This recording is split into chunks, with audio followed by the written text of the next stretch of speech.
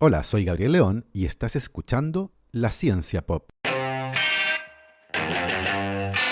un podcast sobre historias de ciencia. La diabetes de tipo 1, conocida anteriormente como diabetes juvenil o mellitus, es una enfermedad crónica que hasta inicios del siglo pasado tenía siempre un desenlace fatal. Nuestra comprensión de los aspectos fisiológicos relacionados con esta enfermedad y su diagnóstico fueron avanzando de manera progresiva, llegando a principios del siglo XX a establecerse claramente el rol central del páncreas en esta enfermedad. Se sabía que había algo que era producido normalmente en el páncreas, pero que algunas personas no lograban producir. Eso les generaba la diabetes. La historia de hoy habla sobre cómo se logró aislar y purificar ese algo que tenía un nombre, pero que nadie había podido encontrar. Hoy, en la Ciencia Pop, revisaremos la historia del descubrimiento de la insulina a 100 años de esta gran hazaña científica. Y como siempre les recuerdo que si les gusta este proyecto y lo quieren apoyar, lo pueden hacer a través de mi página en Patreon. Para eso vayan a www.patreon.com/lacienciapop y se pueden inscribir para hacer un aporte mensual a la causa. Agradezco como siempre los aportes de Sebastián Toledo, Alberto Montt y Laura, Claudia D'Alenson, Diego Molina, Macarena Vergara, Pedro Maldonado, Hernán y Lucas Castillo, Chuchurex, Sandra Galás, Ana Lucía Luna, Cristian Subiabre, Romina Mationi, Simón Castillo Riedemann, Diego Socias, Luciano Cisterna, Ricardo Yáñez, Fernando Montenegro, Matías van der Straten, Francisco Soto, la familia Flores Noguer, Leonor Echeverría, Sergio Espinosa, Rafaela Hidalgo, Marcela Martínez, Cristóbal Orellana, Diego Riquelme y Gastón Bravo Arrepol.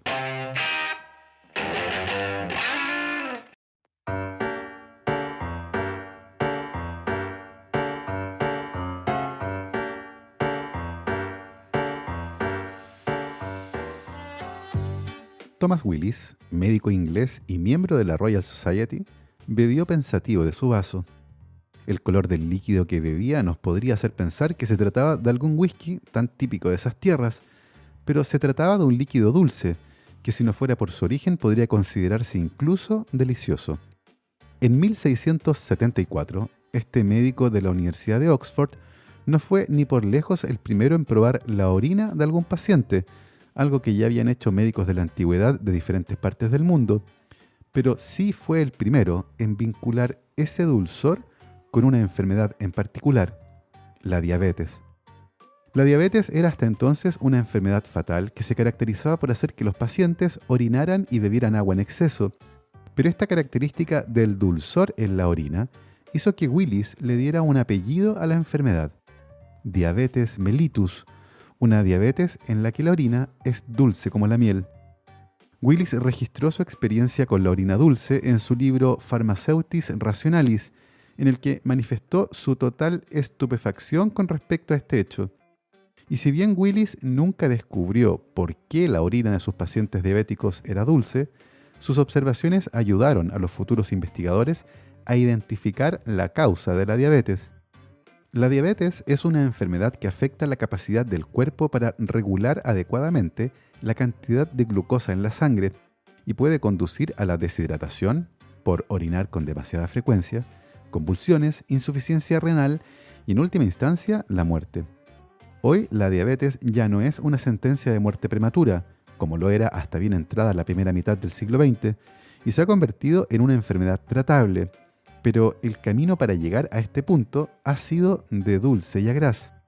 La comprensión de los aspectos fisiológicos alterados que se asocian con la diabetes fue algo esencial para diseñar e implementar un tratamiento eficaz, uno que además ha experimentado importantes cambios de la mano de revoluciones científicas como la genética molecular y más recientemente los dispositivos personales de monitoreo de glucosa, que han permitido afinar el tratamiento para que las personas diabéticas puedan llevar una vida prácticamente normal. Mucho antes de llegar a este punto, la enfermedad era un completo misterio, uno que aparecía mencionado en textos del Antiguo Egipto, Asia y la Grecia clásica. A pesar de su largo historial, se sabía muy poco sobre los aspectos más profundos de la diabetes, y cuando Thomas Willis reflexionó sobre por qué la orina de sus pacientes era dulce, no sospechó que la orina contenía azúcar. Un siglo más tarde, basándose en el trabajo de Willis, el médico inglés Matthew Dobson demostró que las personas con diabetes estaban de hecho orinando azúcar. En un experimento clásico publicado en 1776 en la revista londinense Medical Observations and Enquiries, Dobson evaporó la orina de un paciente diabético, quedando un residuo granulado que olía y sabía a azúcar. También encontró azúcar en la sangre del mismo paciente y con estos datos concluyó que la afección era causada por una digestión imperfecta. Así que Dobson intentó tratar a su paciente diabético con ruibarbo, opio y cantaridina, esta última una toxina producida por un tipo de escarabajo, esperando que con eso mejorara su digestión. El paciente de Dobson no mejoró y abandonó el tratamiento después de unos meses. Los tratamientos de Dobson pueden haber sido un fracaso, pero el hecho de que haya identificado azúcar en los fluidos corporales de su paciente dio a los médicos una mejor comprensión de la diabetes y una muy buena pista para seguir. A esa altura, se sabía que los riñones tenían un papel muy relevante filtrando sustancias no deseadas de la sangre y que el agua extra era eliminada como orina.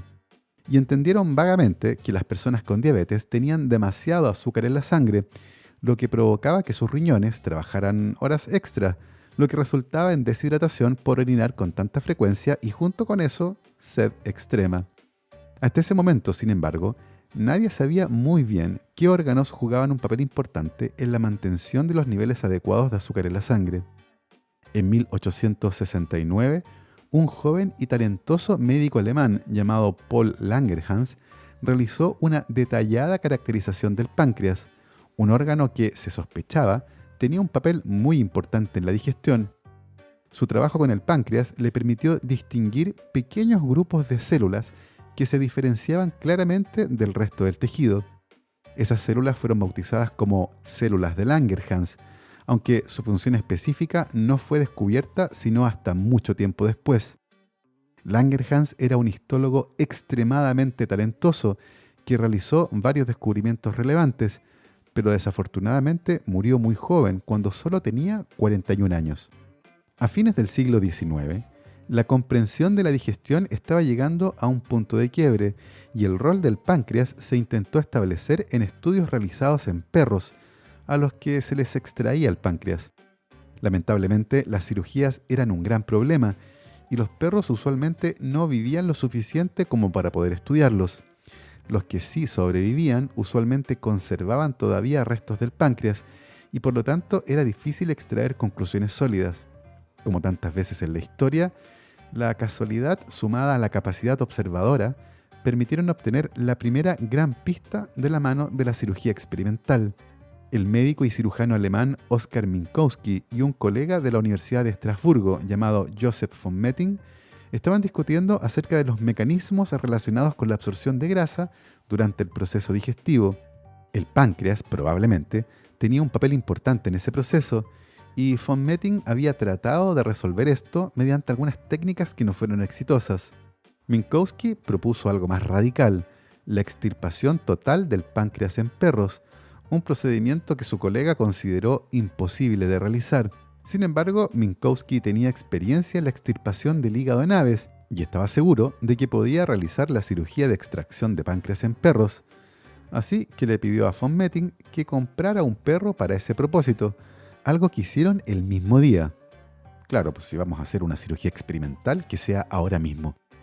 La cirugía, sin ningún tipo de preparación especial, tuvo éxito y se planeó en breve utilizar a ese perro para los estudios sobre la digestión de grasas que le interesaban a von Metting. Sin embargo, este último tuvo que viajar de manera imprevista y Minkowski quedó a cargo de estudiar al perro, un análisis que de manera imprevista cambió la historia de la medicina. Minkowski observó que luego de extraído el páncreas, el perro manifestó los inconfundibles síntomas de la diabetes, incluyendo la presencia de glucosa en la orina, la que además era producida de manera muy abundante. Adicionalmente, el perro mostró una sed aumentada, una hambre insaciable y pérdida de peso.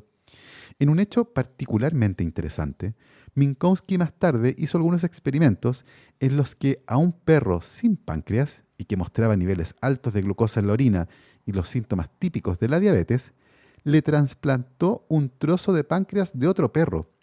Luego de esta cirugía, la diabetes del primer perro desapareció.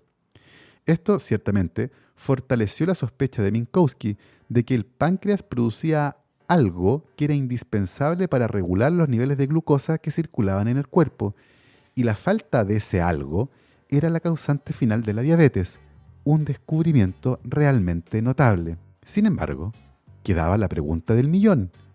¿Qué diablos era ese algo?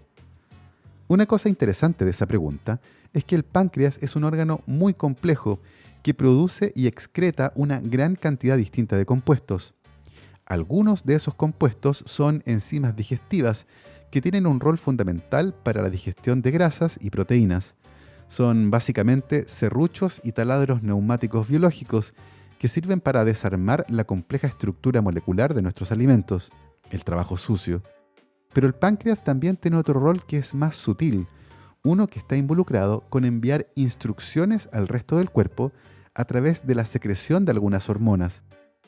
A principios del siglo XX, se estableció de manera clara que esta funcionalidad dual del páncreas dependía de estructuras internas distintas dentro de ese órgano. De hecho, en 1901, el científico estadounidense Eugene Lindsay Opie había descubierto que la diabetes estaba vinculada a las células de Langerhans, también llamadas islotes de Langerhans, que no participan en el proceso digestivo. De esta forma, quedaba muy claro que ese algo que regulaba los niveles de azúcar en el cuerpo no era producido en todo el páncreas, sino exclusivamente en los islotes de Langerhans. Considerando esta información de carácter geográfico, en 1916, el fisiólogo inglés Edward Charpy bautizó a la sustancia misteriosa que regulaba los niveles de azúcar en la sangre como insulina, del latín insula, que quiere decir isla. Sin embargo, nadie había podido purificar la insulina, solo que ahora tenía un nombre. El gran problema para purificar la insulina era el doble papel fisiológico del páncreas, particularmente su rol digestivo. Las mismas enzimas que participan en la digestión de los alimentos destruían a la insulina durante el proceso de purificación y contaminaban los extractos, haciendo imposible obtener insulina relativamente pura y que pudiera usarse en seres humanos. En 1916, el mismo año que la insulina obtuvo su nombre, el médico y fisiólogo rumano Nicolae Paulescu logró desarrollar un prometedor proceso de purificación de la insulina desde páncreas de perros, pero era completamente inadecuado para los seres humanos debido a la gran cantidad de impurezas presentes. La insulina seguía mezclada con una enorme cantidad de otras cosas que no permitían su uso clínico, y luego de ser llamado al frente de batalla para la Primera Guerra Mundial, Paulescu tuvo que detener su trabajo. De manera increíble, otro médico que también fue a la guerra desde el otro lado del Atlántico estaba destinado a convertirse en una figura clave de esta historia, pero esa parte se las contaré después de esta pausa. La ciencia pop cuenta con el auspicio de Novo Nordisk. El descubrimiento de la insulina en 1921 marcó el inicio de un recorrido médico que ha cambiado la vida de muchas personas. Hoy, el gran desafío representa continuar innovando de forma significativa en materia de salud para que estas personas sigan siendo tratadas con medicamentos innovadores, producto de investigaciones que contribuyen a mejorar su calidad de vida y la de sus familias.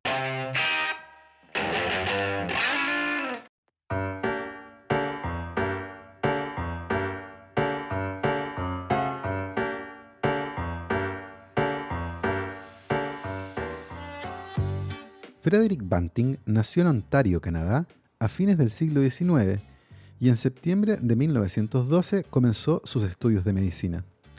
En julio de 1914 estalló la Primera Guerra Mundial y Banting intentó reclutarse en el ejército para ir a la guerra en 2 ocasiones, pero fue rechazado por problemas a la vista.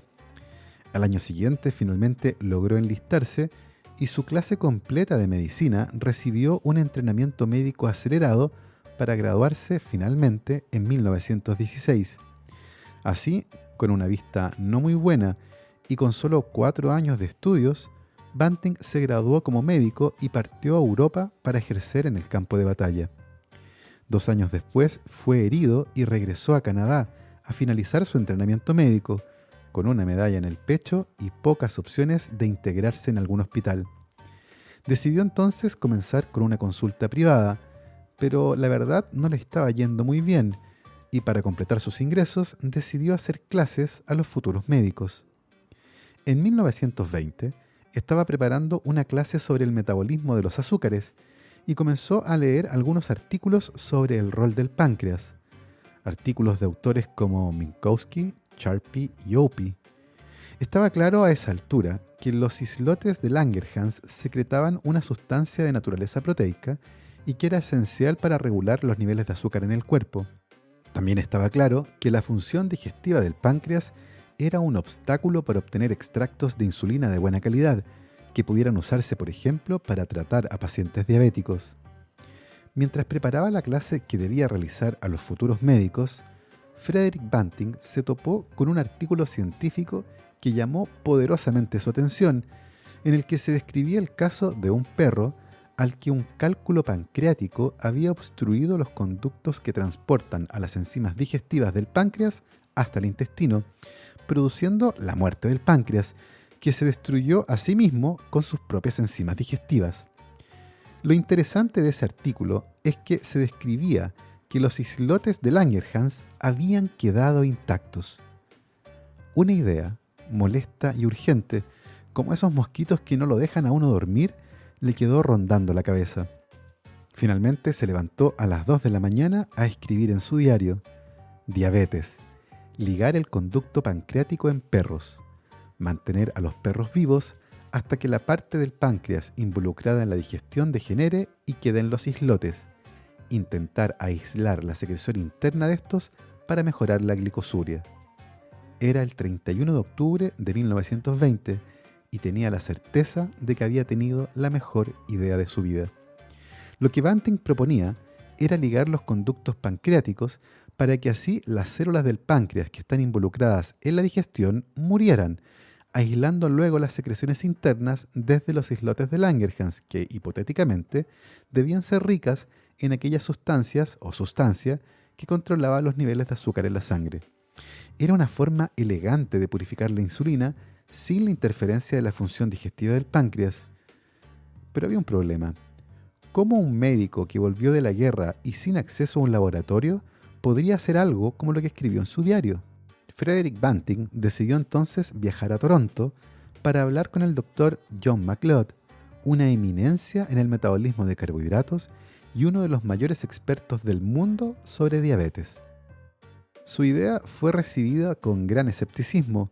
Después de todo, Banting desconocía las complejidades técnicas asociadas al experimento que proponía y no era un experto en diabetes, jamás había trabajado en investigación científica y su mayor logro era la medalla que había recibido en la guerra.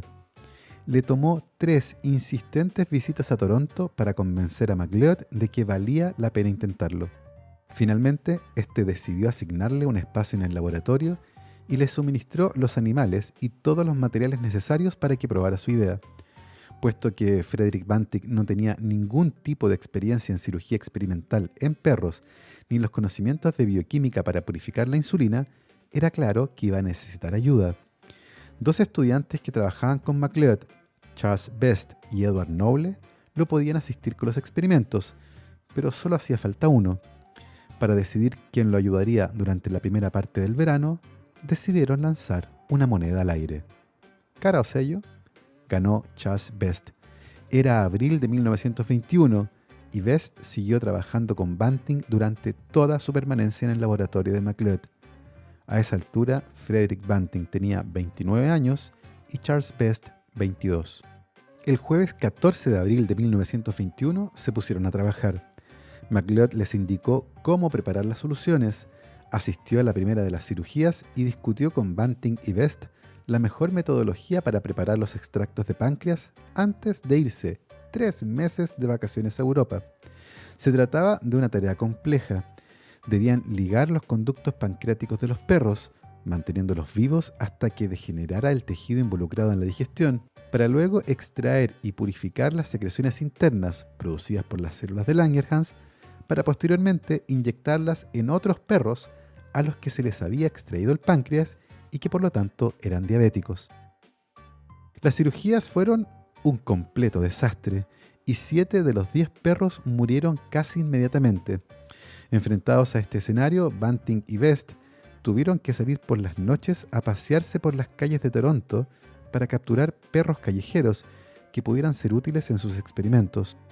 Se sucedieron otros intentos fallidos, pero finalmente consiguieron el objetivo. Inyectaron entonces el extracto de páncreas en un perro diabético. Su nivel de azúcar en la sangre y orina bajó de manera notable. 2 experimentos más mostraron un éxito relativo similar. Frederick Banting estaba feliz. Era el 31 de julio de 1921. Al volver de sus vacaciones, MacLeod revisó de manera crítica los resultados y propuso repetir los experimentos, algo perfectamente razonable cuando se hace investigación científica. Sin embargo, Banting se lo tomó como un ataque personal y sintió que se cuestionaba su integridad moral. Este incidente fue el inicio de una relación muy conflictiva entre ambos, acentuada por el hecho de que Banting sentía que MacLeod intentaba apoderarse de sus avances al comentar ante otros científicos los logros de, comillas, nuestro trabajo, y porque los estudiantes comentaban lo esperanzador de las investigaciones del profesor MacLeod. A esto debe agregarse que Banting mostraba enormes dificultades para comunicar los avances de las investigaciones. Un capítulo particularmente amargo se vivió cuando Frederick Banting presentó los avances en la purificación de la insulina durante un congreso científico.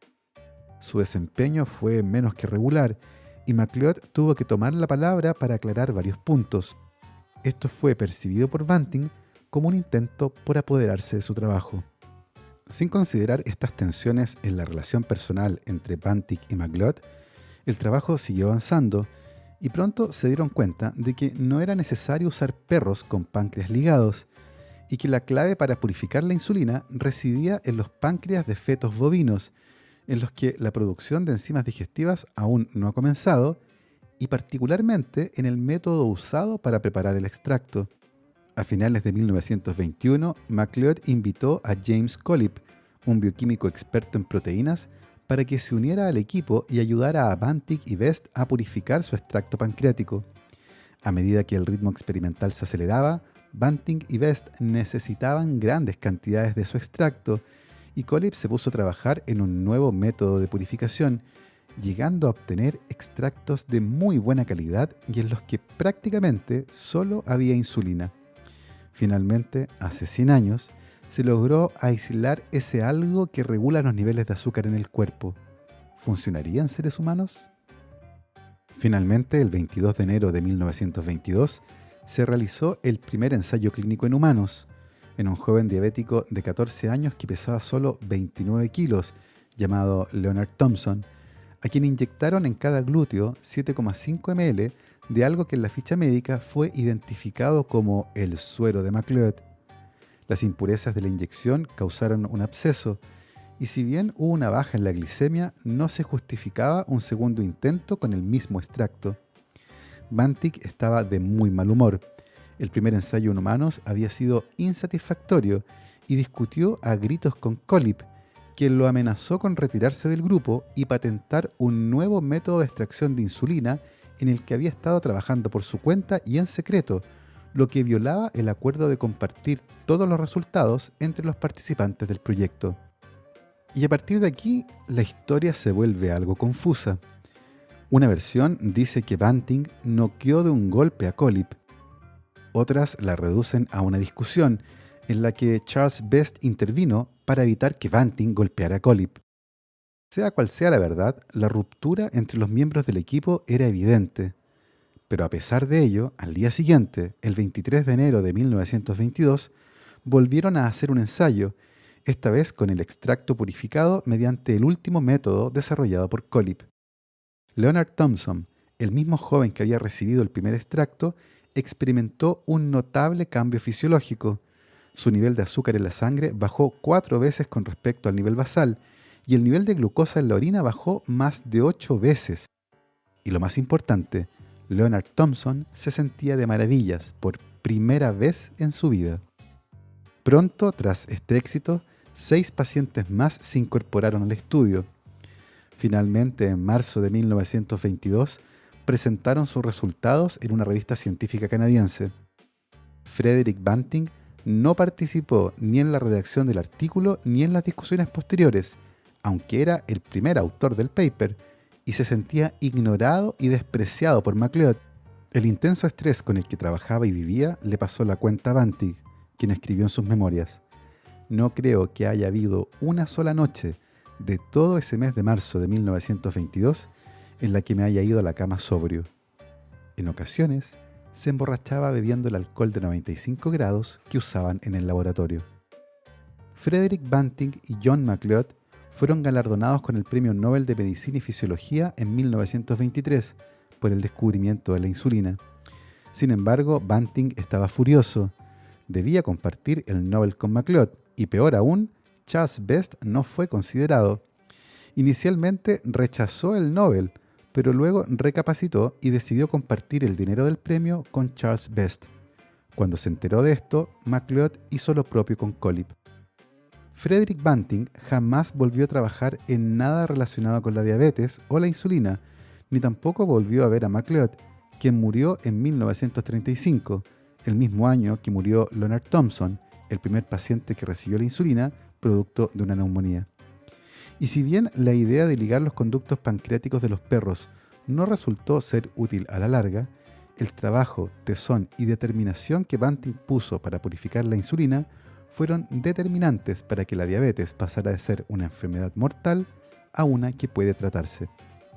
La patente de la insulina y su método de extracción fue otorgada a Banting, Best y Collip, quienes se la vendieron a la Universidad de Toronto por $1 cada uno. Esta cifra simbólica buscaba garantizar la producción de insulina de gran pureza, en grandes cantidades y a un precio razonable. Si bien con el paso de los años los problemas de impurezas en los preparados de insulina fueron desapareciendo, algunas personas mostraban reacciones alérgicas a las insulinas animales. No solo eso, la producción de insulina demandaba una gran cantidad de animales y se estima que se necesitaban unas 2 toneladas de páncreas de cerdos para producir 250 ml de insulina apta para tratar la diabetes. Luego de varias décadas de uso de insulinas animales, en 1982 se produjo un hecho notable. Por primera vez en la historia, la FDA, la Agencia Regulatoria de Medicamentos de Estados Unidos, autorizó el uso de un medicamento que había nacido de la mano de la ingeniería genética. Científicos en Estados Unidos habían puesto el gen humano de la insulina en el genoma de bacterias, las que ahora producían insulina humana sin la necesidad de sacrificar más animales. Una nueva era de fármacos recombinantes había nacido y tras la insulina muchos otros se sumaron. El día de hoy, la tecnología también ha permitido mejoras notables en el monitoreo preciso de los niveles de glucosa en la sangre, que usualmente implica pincharse un dedo para analizar una gota de sangre. Ya existen monitores de glucosa que funcionan en tiempo real y que están integrados con bombas de infusión de insulina para regular de manera fina y en tiempo real los niveles de glucosa en la sangre. Luego de ganar el premio Nobel en 1923, Frederick Banting se dedicó a otros intereses. La pintura se convirtió en una actividad que practicaba con especial gusto, llegando a convertirse en el pintor amateur más conocido de Canadá. Si bien no siguió trabajando en nada relacionado con la diabetes, mantuvo su interés en la investigación biomédica. En 1938, el interés de Banting en la medicina de aviación resultó en su participación con la Real Fuerza Aérea Canadiense en investigaciones sobre los problemas fisiológicos que afectaban a los pilotos que operan aviones de combate a gran altitud. Banting dirigió la Unidad de Investigación Clínica número 1 de la Real Fuerza Aérea Canadiense y a inicios de la Segunda Guerra Mundial investigó los problemas de pilotos de combate, uniéndose a Wilbur Franks con la invención del traje de fuerza G para evitar que los pilotos se desmayen cuando eran sometidos a fuerzas G de gran intensidad mientras maniobraban sus aviones. En febrero de 1941, Frederick Banting abordó un vuelo especial en un avión Lockheed L-14 Super Electra Hudson para ir a Inglaterra a continuar con las pruebas del traje de fuerza G. Sin embargo, poco después del despegue, Ambos motores fallaron y el avión se fue al suelo. 2 tripulantes murieron de manera instantánea y Frederick Banting murió producto de sus heridas al día siguiente. Tenía solo 49 años. A esa altura tenía muy claro que su trabajo había salvado la vida de millones de personas y que había cambiado para siempre el destino de aquellos que, solo un poco antes, no tenían una respuesta. Han pasado 100 años desde el descubrimiento de la insulina y hoy recordamos a quienes tuvieron un rol central en esta historia. Y así hemos llegado al final de este viaje, una historia dulce pero amarga.